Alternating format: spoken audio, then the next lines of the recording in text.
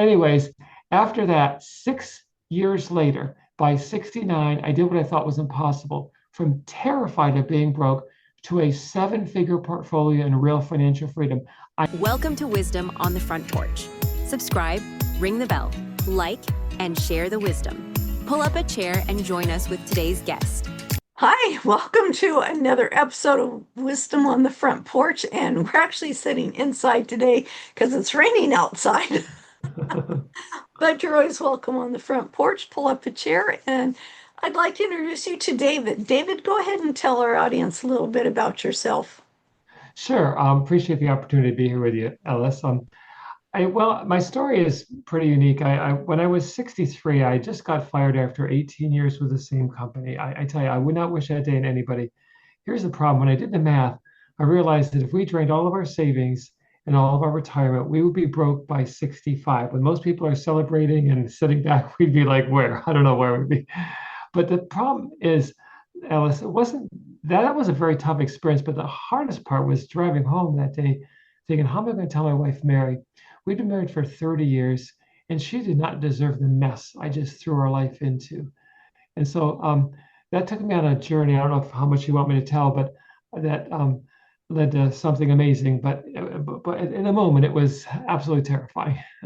Yeah, and I'm sure it was. I remember my brother was 2 years from retirement in the company that he was with, and he got fired. They had a change of hands. He was almost there. He actually was thinking about what he was going to do for his second career, and it just wham, all of a sudden hits you, and it's like, I'm not quite ready yet. So now what do I do? So Exactly. just looking at the situation that he went through, I have deep empathy for you. But I know you didn't just let it sit there. You didn't just say, "Oh, life is over, and now what am I going to do?" I Yeah. don't know, live on the government or something. I don't know what to do. What No. did you do? What Well, helped you get to where you are now? well, first of all, after the shock wore off me, because at first I was numb. But then I realized something. I did not want to do this, but I started interviewing with other companies because I needed to, pay the bills. We needed to keep a roof Right. overhead.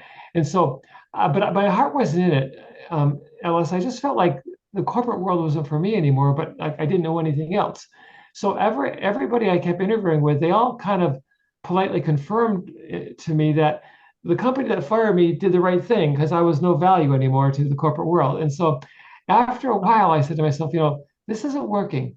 So I decided to take a huge risk, and I went to work as an independent sales agent on straight commission, no salary, no safety net, no benefits. The first Wow. months were brutal, cold calls, constant rejection, rookie mistakes. I heard more no's in that couple months period than I think I've ever heard in my life. But looking back, I can reflect now back on it. All that rejection, all that resistance is what I needed, I believe, to build the mental muscles I needed to punch through that dark period of my life. After 10 months of grinding, I hit an incredible milestone. I was suddenly making more money than my good paying corporate salary. And for a moment, Ellis, I felt like we made it. But then I realized we didn't make nothing because I was making good money most of my 40 years. And look where it got me, on the verge of financial ruin. So I decided I need to now learn how to build wealth.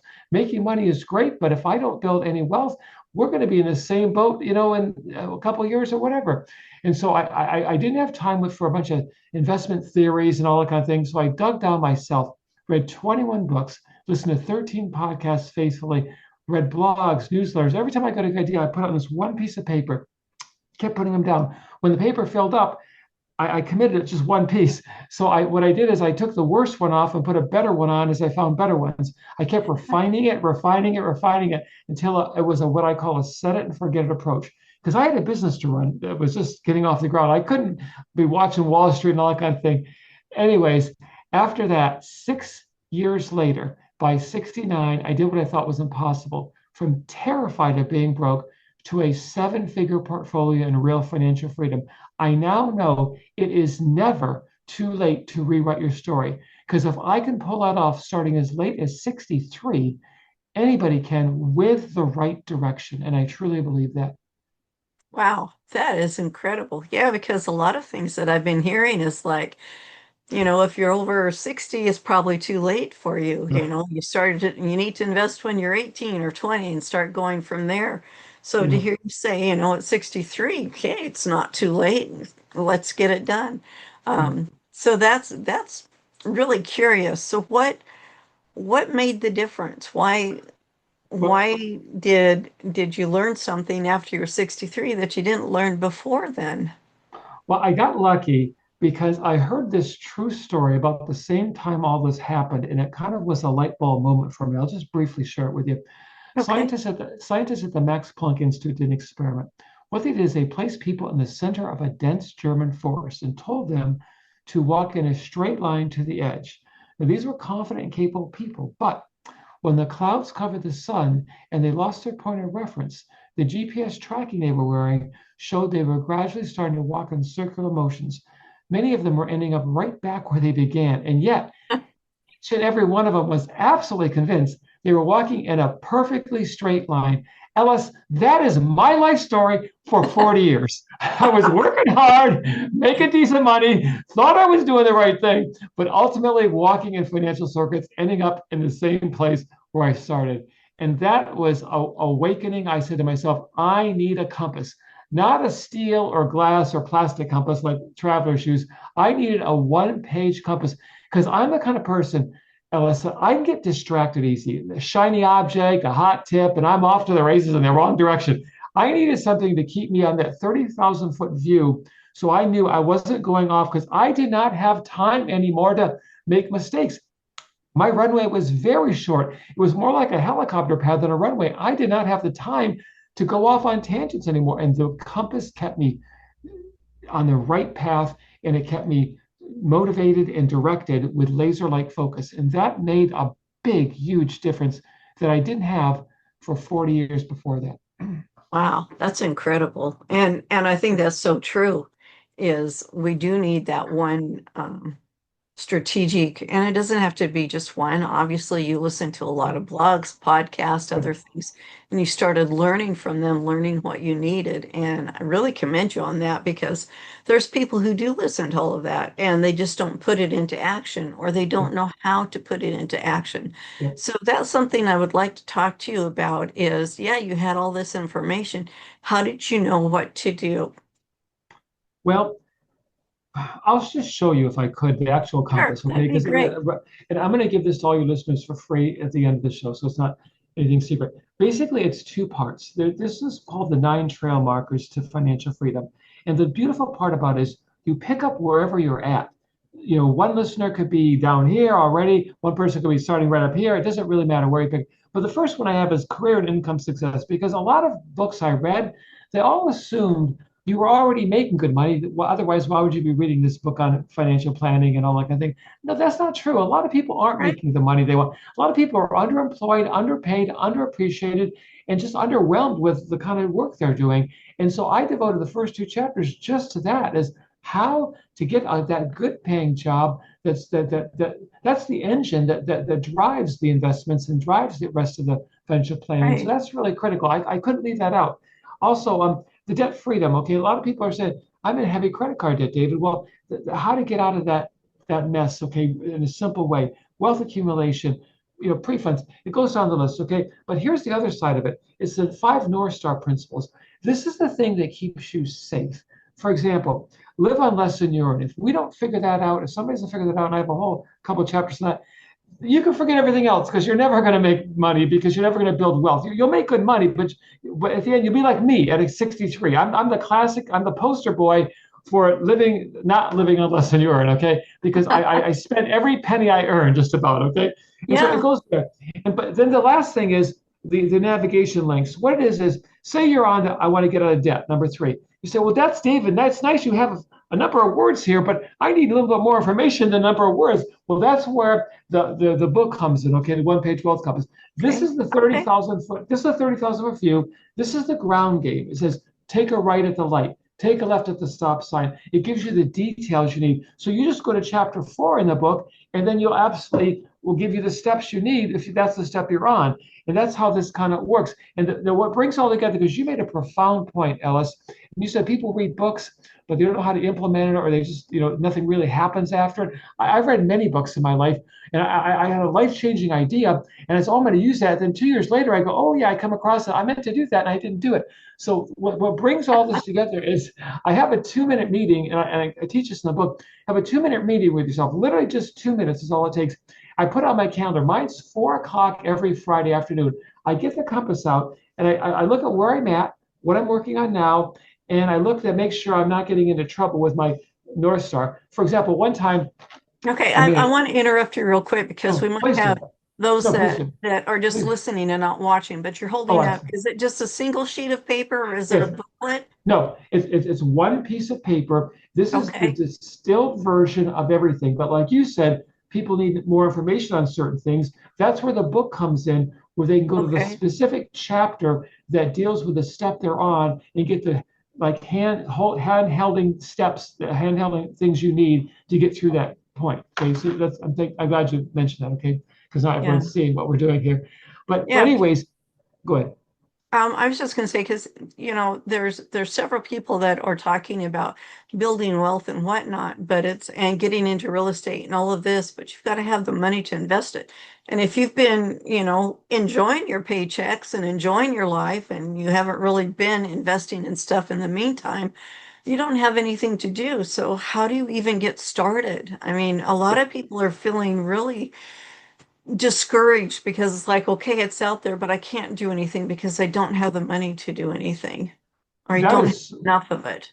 That is so many people in our society today, so many people. And that's where the first trail marker and the first North Star are critical. The first trail marker is about getting yourself up to the level you need to make the income you really want to make. Okay, but that isn't the whole secret, because I will tell you today stories of people who make unbelievable money and they retire broke like I did. And I made really good money. I made well above average money for most of my 40 years.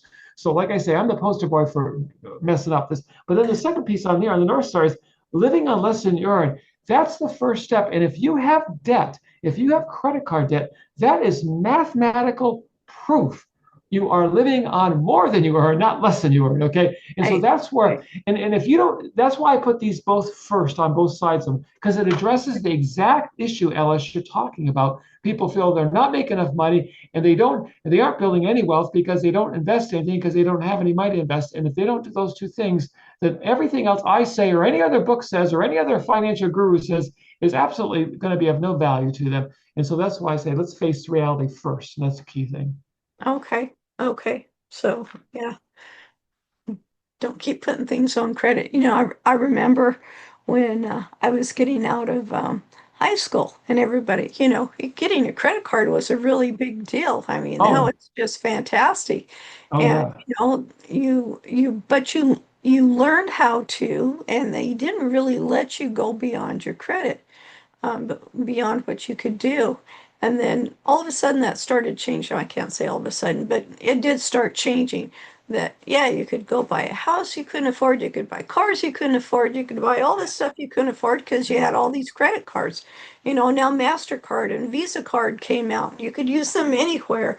It wasn't just, the Sears card or the JCPenney card. You could only use at their stores.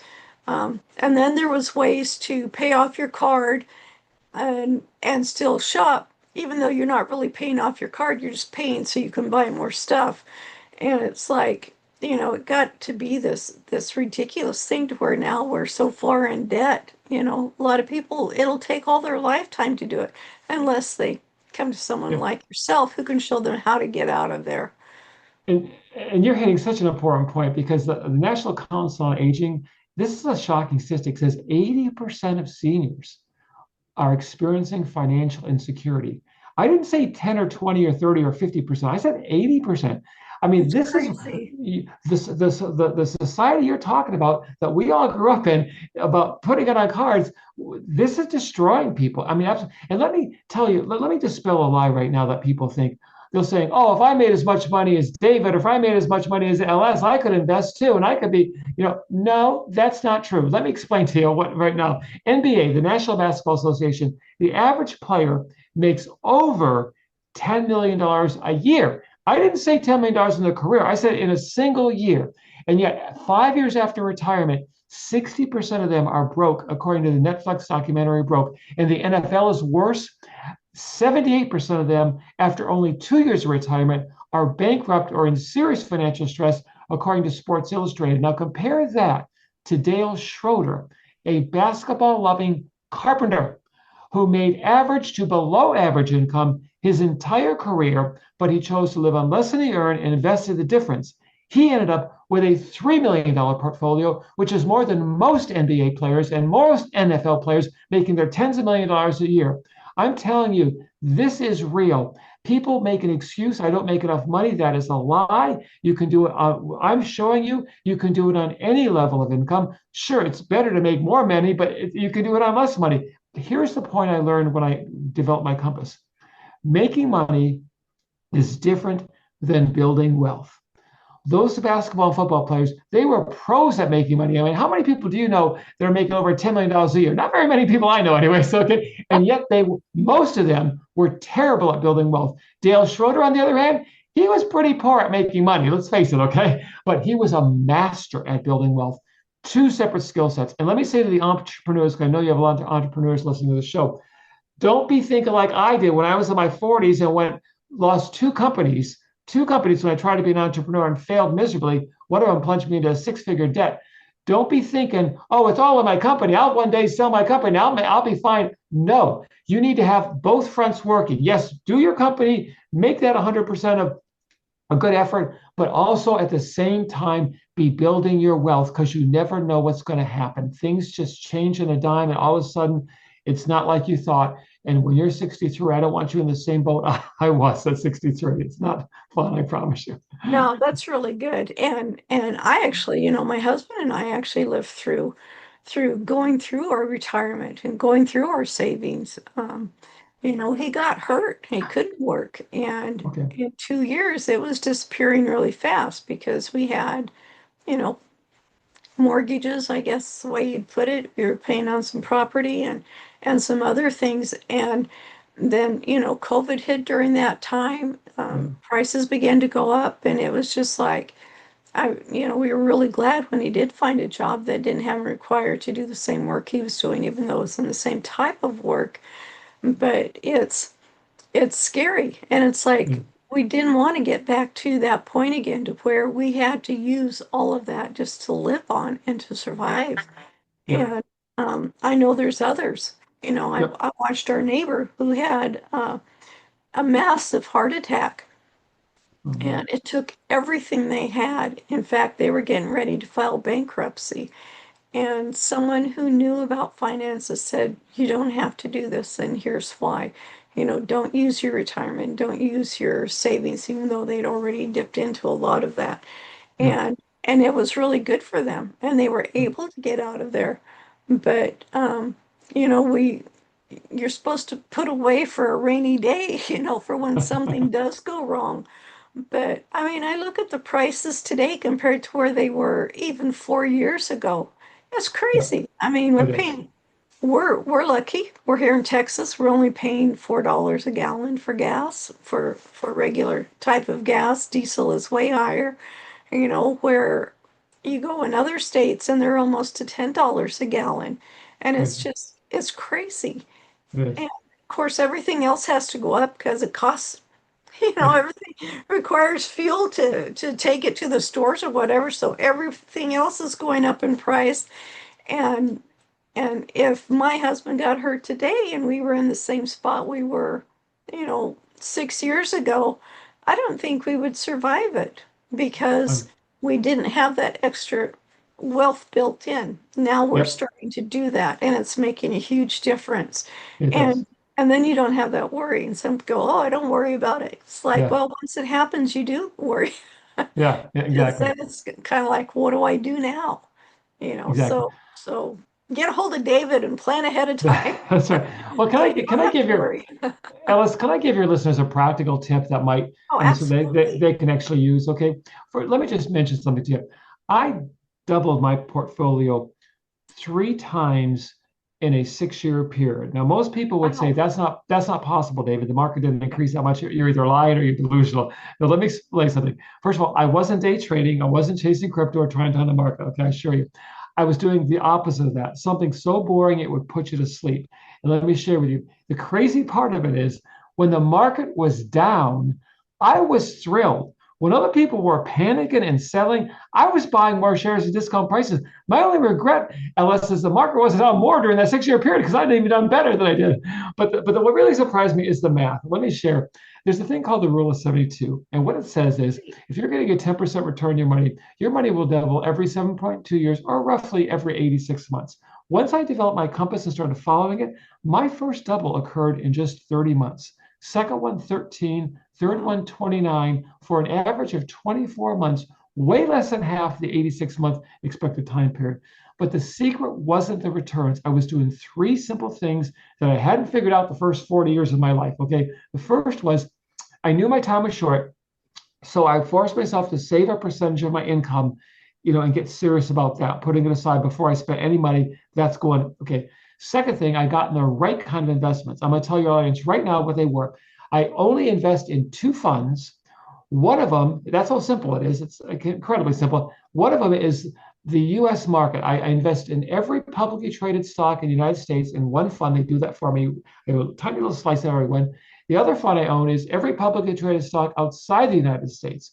Okay, so literally I own every publicly traded stock on the planet. For me to go to zero and broke, the entire world economic system would have to go down to nothing. And if that happens, we have bigger problems than money. People That's are going to right. be. so I sleep well at night. I'm highly, highly diversified. I feel very, very safe. The third and final thing I want to mention is I use market volatility to work for me instead of against me. So many people, because they use their emotions to invest, they buy high and sell low, which is the opposite of what you want to do. Is Right. what I did for 40 years. Okay, once I understood it, I took the emotion out and used my brain. It's okay. This is how it really works.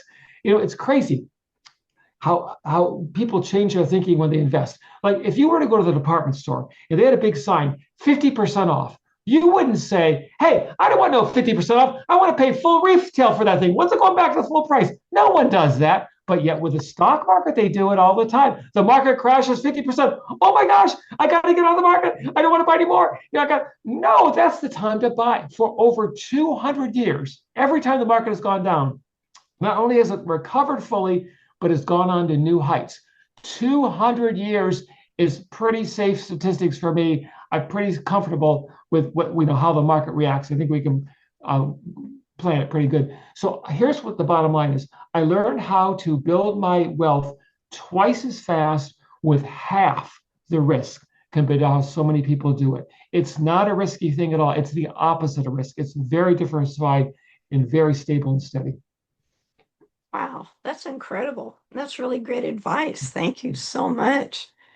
Uh, yeah, it's like, okay, I know everybody's now doing that now.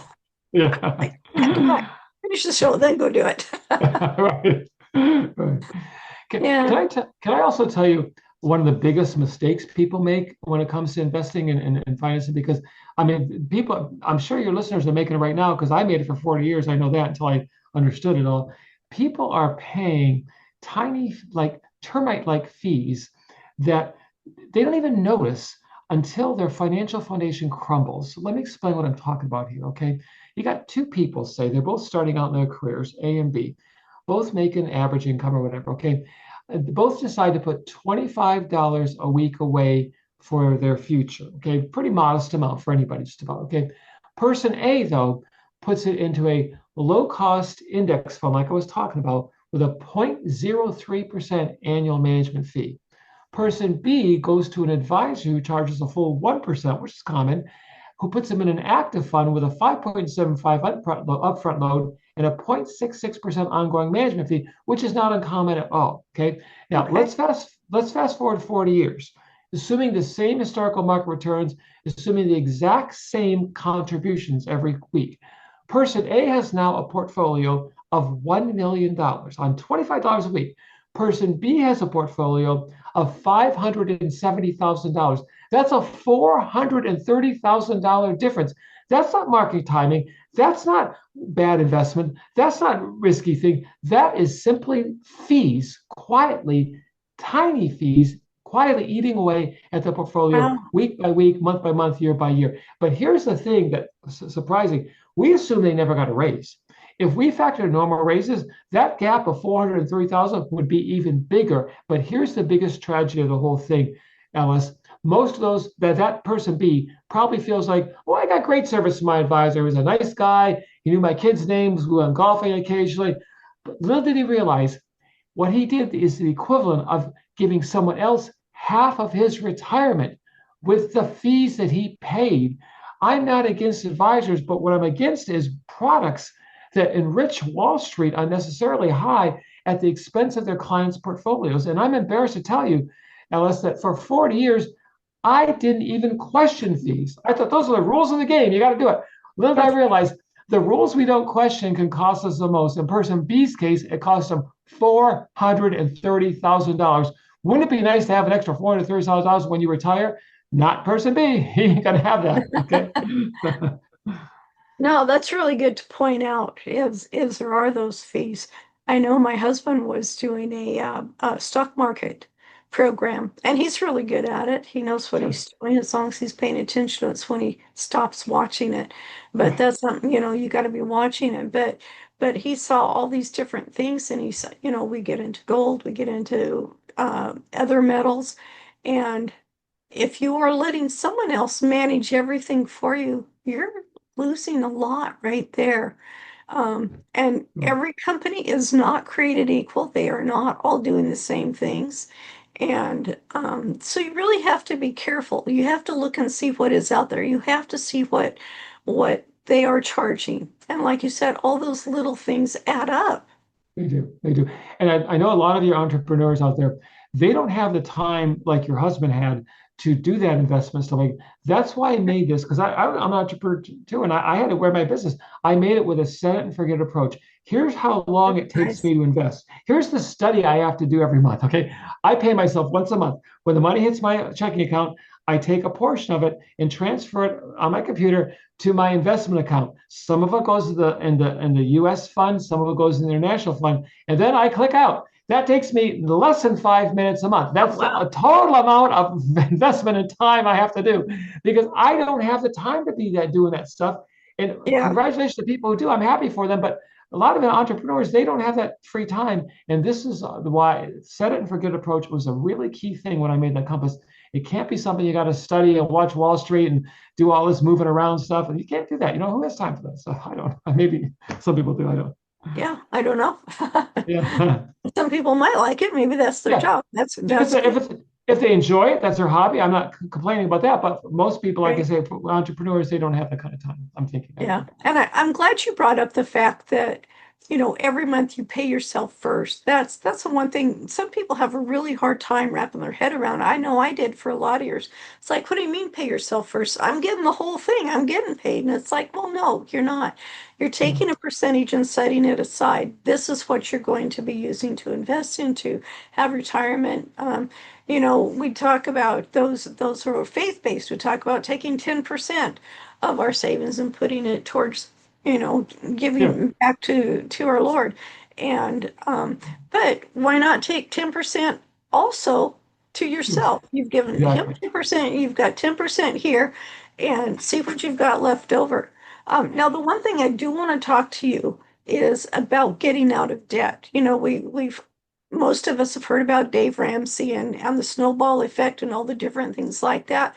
What is it that you did so that you wouldn't be in debt 10 years down the road? That's a good question. And basically, the one thing I like about Dave Ramsey, the thing I like most about him is his getting out of debt principle. Because Right. when you're in debt, you're paying someone else interest so they can get rich. Okay. And when you get out of debt, now you can take that money that you were paying to get someone else rich and you can make it to get yourself rich. And like you said, he talks about the snowball, and that's a good way to do it. Start with your smallest debt and get rid of that. Psychologically, that's nice. But other people who are more analytical, maybe like your husband, I don't know, but he sounds like them more analytical. They like the interest thing. Like I want to pay off the highest interest ones first because that's costing me Right. the most money. And I say, and Dave's really like adamant. No, no, no, you got to do it. I say, do it whatever way motivates you. If the avalanche motivates you, where the interest rate, the highest one, then do it that way. And if the snowball one, then do it that way. But here's the point: just do it. One of the two, do it. Something. Okay. And I'm not like fanatic about you got to do it. What am I going to do? Whatever your personality works for your personality. That's the smartest way to do it. Not what some guru tells you that because it was right for him, it's supposed to be right for everybody else. And let me tell you another thing about these gurus. I'm not picking on Dave. Let's just talk about gurus in general right now. Here's another thing they all say. They say, okay, once you get out of debt, the first thing you do is fund your emergency fund, 3 to 6 month emergency fund. I did that. There's nothing wrong with that. Then they say invest. Okay. When I did my compass, I questioned everything and I did the math and everything. And here's what I found out. If you do that the way they're saying, you're going to be out of the market for about a year because would you not agree to get a 3 to 6 month emergency fund? It's going to take about a year for you to save that kind of money. Right. And so Yeah, that means you're out of everything. the market. That means you're out of the market for a year. And if you're like 25 and then you go to 40, it's a 65, that little 1 year out of the market will cost you about $500,000 at retirement. You'll have $500,000 less at Wow. retirement. So here's how I say to do it. My company says to do it is once you get out of debt, do them both at the same time. You just freed up all that cash flow. Start your emergency fund, no problem with that, but also start your investing, no problem with that either. Now, you're not sitting on the sidelines for a whole year when you're younger, and now that could be compounding dramatically for you, and you're getting them both done. That will save you, just that little tweak, it Isn't will it? save you about $500,000. But the gurus have been doing it for decades. They just get firm and this is the way, this is the only way to, this is the way I did it in the 30s or the 70s or whatever, whenever they started. And Right. you got to look at the math. You really do. You just can't have a dogmatic approach to because I say so, it's the way it is. No, it's however the math says it is. Right. So the other thing that I discovered, and it was tough being fully in debt and then trying to get out of it, is you cut down as much as you possibly can. Get rid of and when you're at that point, maybe you're still barely scraping by, but always save something, even if it's a quarter 1 week or Yeah. it's $1 the next paycheck. The other thing someone told me to do, and I thought this was just kind of weird when I heard it, is take a $20 bill, stick it in your wallet, and don't spend it. Because your mind is thinking, I still have $20. Yeah. It's always Okay. thinking, I still have $20 or a $50 or a $10, whatever you can do. But your mind is always thinking, I'm not broke, I still have money. And it starts changing something inside of you for the better. Yeah. Um, and just start with a little bit, Mhm. The other thing that I have heard, and I know a lot of people say that is so crazy, it can't possibly be true, is Oh, give to yeah. others. Yeah, so you agree too. And it Yeah. sounds like the craziest thing. How can me giving my money away to other people make me more money? And Yeah. I don't know how it Yeah. works. It It doesn't just, work. it does.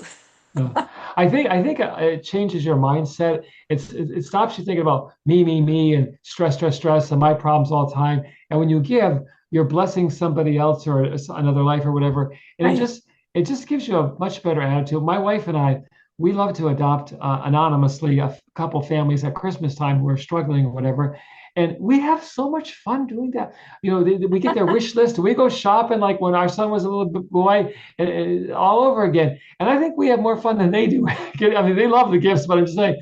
And so giving it just changes Christmas for us in just a dramatic way. And so giving, I think, is the giver gets more, I think, sometimes than the person who's getting it. I don't know. It's crazy. I think so. I think that's true. Plus, there's supposed to be joy in giving. And if you're not giving with Yes. a joyful heart, if you're giving like, oh, I don't want you to take it from me, it's like, Oh, that's fine, true. just take it. It's like, no, no, no. It's that joyful heart. And I agree with the Christmas thing. We had moved and went to this one church that had this giving tree, and I'd never seen anything like that. And it was families who, for whatever happened that year, their situation changed and they weren't able to do much for Christmas. So on there, you could pick someone's name, and there was two or three things on the list. You only had to do one, and I thought, well, we're doing well, so I picked everything on the list, and I tried to make it appropriate for the age. Like if it was clothes and they needed a pair of jeans or pants, I tried to make something that looked like they would be wearing. Mostly because my kids were that age too, so it's like, okay, so what's the right thing to get? It's great to Exactly. have kids with you to shop for other kids. That's the best way to do it. But and and I thought, okay, we'll just do that. And somebody said, oh, you weren't supposed to get everything on the list. And I thought, you know what? It's Christmas. We're only doing this once a year. Why not? And they Yeah. were like, wow, okay. And uh, and I heard from one of, I didn't hear from them, but somebody I knew who knew the family said, you would not believe the gift that you gave because you didn't just do one thing. There were like three things on the list.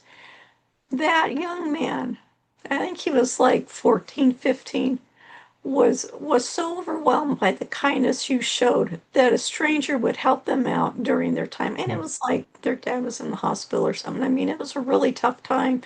And it Yeah. was like, wow, I can't believe something as simple as helping somebody out during Christmas would make I know. such an impact in their life. It's You just wonderful. never know. So, yeah, it's wonderful. I mean, this last year we did the shoe boxes, Yeah. and that was a lot of fun. My granddaughter and I did that, and it's like, well, do you think kids would enjoy this? Because I've got grandkids, but they're all Yeah. getting older. I don't know about the little kids what they like, and I mean, just to know that you're able to be in the spot where you can give, because Yeah. I've been in the spot where I've had to receive, Mm. and it's tough to be in that spot, and it's tough It to is. realize how did I get here, what happened, and then go over, what did happen and how you got there, and sometimes it's not very nice how things happen, but it's like, you know, it, once you get to the other side, then it's like, no, I can return this gift and help somebody else out. Because a lot of Yeah. times people are just having a rough time for a season. It's not like they're doing this all of their life. And if they Yeah. are, there's a reason. Yep. Um, And, you make such an important point. Giving is so important, but a lot of people think, well, I don't have the money to give. I can't give anything. I'm in debt, that kind of thing. And I don't want to read some stupid book because I hate financial books. They're all like technical and they got charts and they have all these terms that I don't understand. Well, let me just mention one thing to you about that because that was very important to me. mhm. And in terms of the book that I wrote it for the non-financial person. There's no, I didn't put a lot of technical stuff in it, and I felt it was stories because we learn better by stories. Real stories of people who Yes. failed, people who succeeded, and what was the difference. Then when I present the principle, people say, "Now I get it." I've heard that term before, but now that you told me the story, it makes so much sense to me. And that's people have told me, David, you can take the financial stuff out of it. Just it would be such an interesting storybook. But when you put the financial part of it, it just really makes it a powerful tool. I'd like to just share a quick review because it makes a point on this. I read all of reviews personally. I just think they're so important. And this person, he was a clinical psychologist to 25 years experience. He had no financial background whatsoever. He was Mm. facing his own career crisis. He said the one-page wealth compass gave him the exact financial hope and practical steps he needed. But here's the most important part of the quote that told me he got it. He says, I couldn't put the book down because Wow. it's written in a story form, not in a financial boring form that puts you to sleep. And when I go on KDP, they'll tell you Kindle how many pages people are reading. People are reading it to the end of the book, which is kind of unheard of on that service. Usually they read a chapter or whatever too, because they get caught up on the stories but they're learning as they go too. It's not just stories; it's really practical things. And so I just want people to be intimidated, thinking, "Well, I don't have the money to give, and I'm not going to take the time to read some boring book either." No, it's not. It doesn't have to be boring. It really doesn't. That's right. I'm really glad you said that and put it in story form because it is difficult sometimes to read because one, these are all so new terms, things we've Yeah, never heard of, concepts we've never heard of.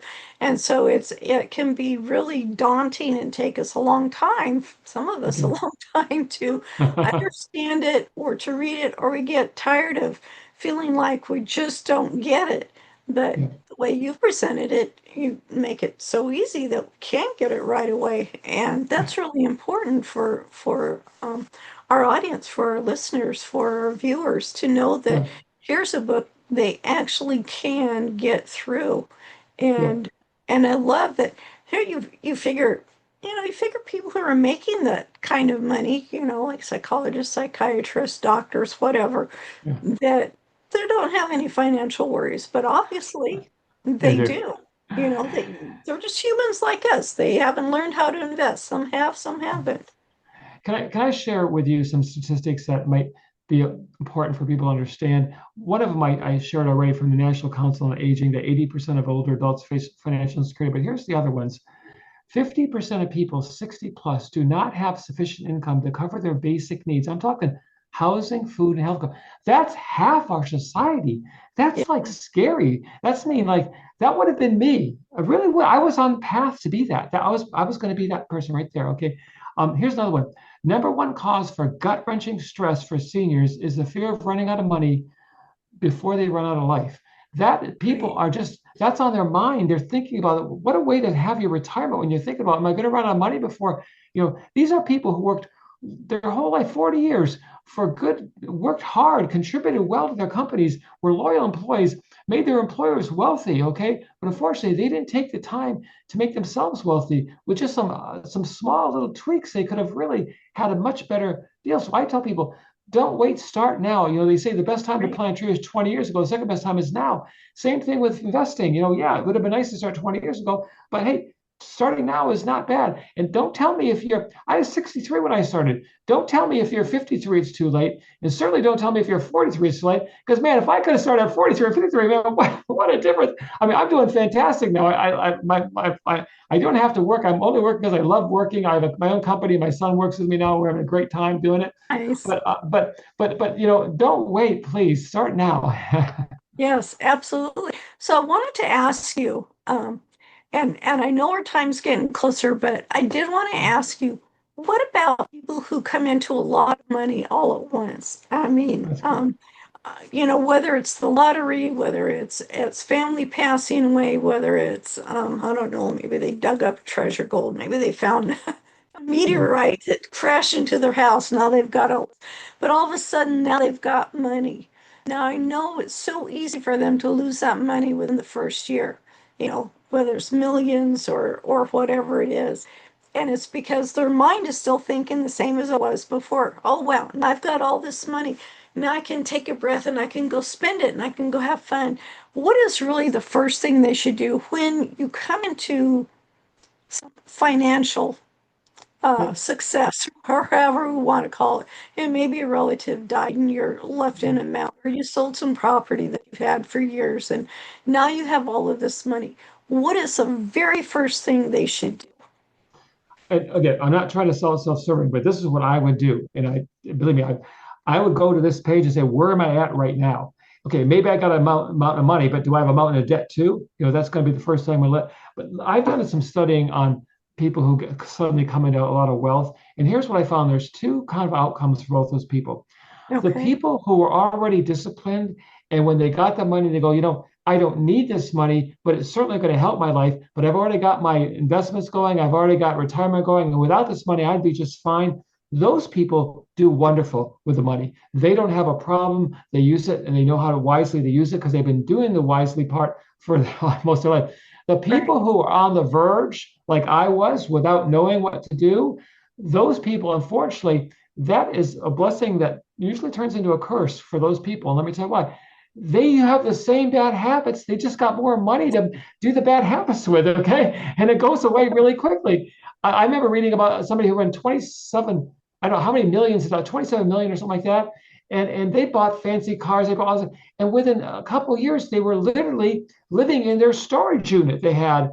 And Isn't they had that something? it's sad because they never learned the principles. So I say, if you suddenly come into the money, and I'm not trying to be self-serving, get a book, you can get my book or someone else's book, and get the principles down so you don't go through Right. that money like water. And all of a sudden, 3 years later, you're thinking, what the heck happened? It's too late now. You can't go back. You can't go back and Right. do it again. Right. There's no do-overs to Well, that money. That's Yeah. true. And a lot of people say, "Oh, if I get a large sum of money, I'm going to pay all my debts. I'm going to pay off my house." And for whatever reason, it just doesn't happen. Yep. Or they sell their house, go buy a bigger house, and Yeah, one that they exactly. can't afford anymore. It's Exactly.